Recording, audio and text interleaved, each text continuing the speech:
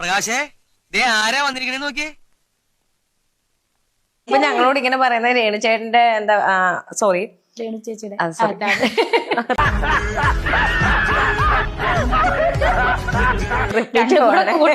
ചേട്ടന് രേണു ചേച്ചി ആയിക്കോട്ടെ. അല്ല ഇപ്പൊ രേണു ചേട്ടൻ എന്ന് പറഞ്ഞില്ലേ, അപ്പൊ എനിക്കൊരു കാര്യം പറയണ്ട.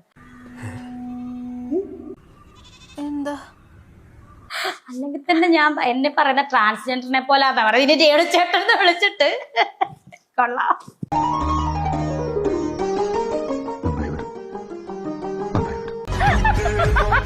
കുഴപ്പമില്ല കേട്ടോ, എനിക്ക് എന്നെ ട്രാൻസ്ജെൻഡർ എന്ന് പറഞ്ഞാലും എനിക്ക് കുഴപ്പമില്ല. എനിക്ക് അവരെ എനിക്ക് ഇഷ്ടമാണ്, അങ്ങനെയുള്ളവരെ എനിക്ക് ഇഷ്ടമാണ്. നിനക്കതൊക്കെ എങ്ങനെയാ സാധിക്കുന്നത്? അധികമൊന്നുമില്ല, 2-3 പിരി എവിടെ അവരുമായിട്ട് കൂട്ടുകൂടാനും എനിക്ക് ഇഷ്ടമാണ്, എനിക്ക് അവരെ ഇഷ്ടമാണ്. എല്ലാവരും മനുഷ്യരാണ്. എന്നെ പറയുന്നത് ഇവളെ കണ്ട ആണ് പെൺവേഷം കിട്ടിയ പോലെ ഉണ്ടല്ലോ. കൊറ്റംകുളങ്ങരയിലെ ഉത്സവം കഴിഞ്ഞില്ലേടി, എന്നോട് ഇരിക്കുന്നത് എന്റെ മേക്കപ്പിന്റെ അടി വന്നു. അത് ശരി, അപ്പൊ അങ്ങനെയാണ് സംഗതികളുടെ കിടപ്പ്.